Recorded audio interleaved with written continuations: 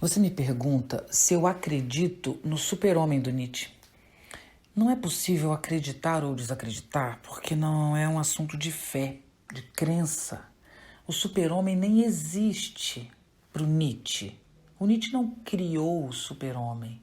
O super-homem aparece muito pouco na obra do Nietzsche. Aparece basicamente no Zaratustra, no início, no prólogo. Só ali que o super-homem realmente aparece na obra do Nietzsche. Ele não desenvolve essa questão e muito menos delineia o que seria esse super-homem, que características ele teria. Ao contrário, Nietzsche, antes de tudo, isso sim, a partir de uma série de textos e citações, todos presentes no meu livro Nietzsche, a Grande Política da Linguagem. Nietzsche é sim, sistematicamente, um crítico do eu e da subjetividade contemporânea, ou melhor, moderna, né, a qual se refere. O eu é uma invenção. O eu, na verdade, ele é uma interface entre mim e o mundo. O eu é uma superficialidade, é uma casca. Tem algo que brota de mim, que transborda da minha experiência, do meu dia a dia.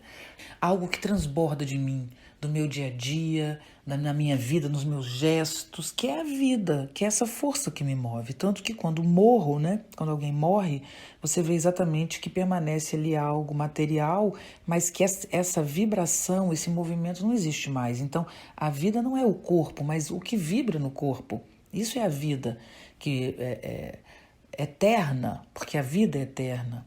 Mas a vida humana ou a vida de um ser específico é limitada. Então há uma vida ali. Então essa vida transborda no humano, como em toda a natureza, e a relação desse transbordamento que somos com o mundo exterior, especialmente no nosso caso que temos linguagem, ordem, signos, né, nomes, mundo virtual, sempre tivemos o pensamento, a memória natural no humano.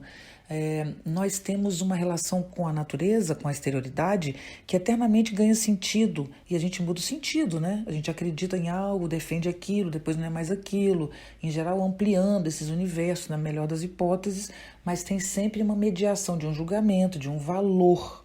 O eu é essa interface. O eu é a minha consciência. Então, eu só posso dizer o que sou a partir do que eu sei que sou, né? Então, o meu eu é o domínio do quê? É o domínio do meu nome próprio, Viviane Mosé. O meu eu diz a minha profissão, diz que eu escrevi livros, diz que eu nasci em Vitória no Espírito Santo, diz de quem eu sou filha, diz de quem eu sou neta, diz de quem eu sou mãe, né? Diz onde eu passei os melhores anos da minha vida, diz de tudo. Mas do que eu estou falando? Eu estou falando de uma experiência consciente, objetiva. Isso é que é o eu. Acontece que o Nietzsche, muito antes de Freud, já tinha clareza da superficialidade desse eu. Porque por precisar negociar com o mundo, e o mundo é o lugar da comunicação, é o lugar do comum, é o lugar da troca, é preciso que, para reunir milhões de pessoas, ou centenas, dezenas, é preciso que tenhamos algo comum. E a linguagem é o que é comum entre nós, por isso nos comunicamos. Ele, então, é uma parte superficial, porque, na verdade, é a parte da negociação, do acordo e da diminuição de si. Mas por trás desses acordos que tem nas linguagens, nos nomes, nas regras, né, na convivência social, tem que cada um de nós é um único corpo, é uma única experiência, uma única família, uma única maneira, cada um de nós. Então nós precisamos necessariamente manifestar o que somos, transbordar no que somos, na nossa singularidade, melhor dizendo, do que a identidade, né? A gente precisa transbordar, mas na verdade a gente precisa também negociar com o mundo, com o todo, com o outro. O que nos domina para o Nietzsche não é o eu, e ele é desimportante, ele é moral, ele segue regras, ele é submisso, o eu, de uma certa maneira, porque é ele que negocia, é ele que se submete, o eu é o espaço da submissão. Não é aí que tem a grande vida. A grande vida está no que ele chama do si mesmo, ou do si próprio, do meu si próprio. Esse si mesmo Ele habita o corpo, ele é o corpo. Por que ele é o próprio corpo? Porque o corpo é o lugar de atravessamento dos acontecimentos, que é o sentir, que é o perceber, que é o se relacionar a partir de tensões da experiência do acontecimento. É essa potência, esse corpo é que se relaciona com a grande vida que roda, que gera as galáxias. Então, é mais importante e determinante na direção que você toma na vida o transbordamento da sua experiência do que o que idealizou como memória, como eu, como consciência. O eu, por negociar, puxa para o acordo e para o comum. O corpo, a experiência, o agora, o vínculo com o instante me leva para a minha singularidade. Ele me arrasta, né? Eu me torno a minha própria singularidade, a minha própria diferença. Bom, se o Nietzsche é um crítico do eu e mostra que a construção do eu, especialmente a racionalidade, é um modo de ordenação do eu, é um modo de controle social. Não é pelo eu que eu tenho que pensar, não é pelo eu que eu tenho que concluir. Ou até, sim, pelo eu, mas atravessado por essa sensação de experiência. Por que eu estou falando tudo isso? Porque o super-homem, ele não é um super-humano, e nem muito menos, isso ficou muito marcado pela história em quadrinhos, né? Pelo super-herói, que não tem absolutamente nada a ver. O que o Nietzsche diz de super-homem, ou super-humano, eu prefiro falar assim, porque homem já não dá para excluir as mulheres da palavra. O super-humano, a super-espécie que ele está dizendo aí, esse super-ser que somos, que ele está falando super, não é super de grandioso, é super de que se supera. O super-homem não é um homem superior. O super-homem é um homem tão corajoso que é capaz de lançar-se em abismos apenas para se tornar maior do que ele mesmo, não maior do que os outros.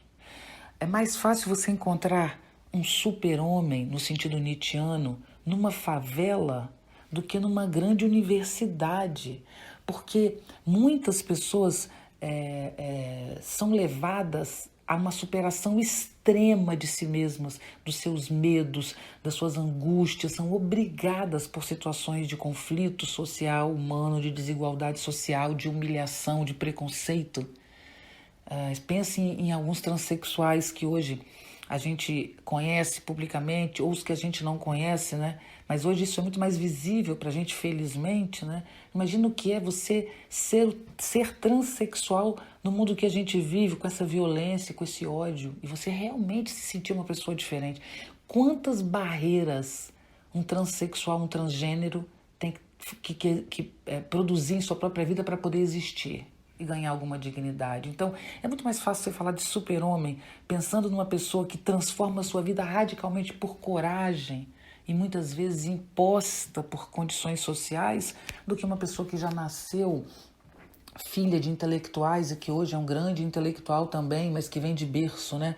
Gerações e gerações de intelectuais e de repente você é um grande intelectual, mas você já estava na trilha. Isso é superação de si? Mesmo essa pessoa tendo poder, tendo dinheiro, tendo fama, ela é realmente superior no sentido de capacidade de ir além de si, que é o que o Nietzsche valoriza como característica da vida, a superação, superar a si mesmo. Isso é o que caracteriza a vida. A vida é aquilo que deve sempre superar a si mesmo.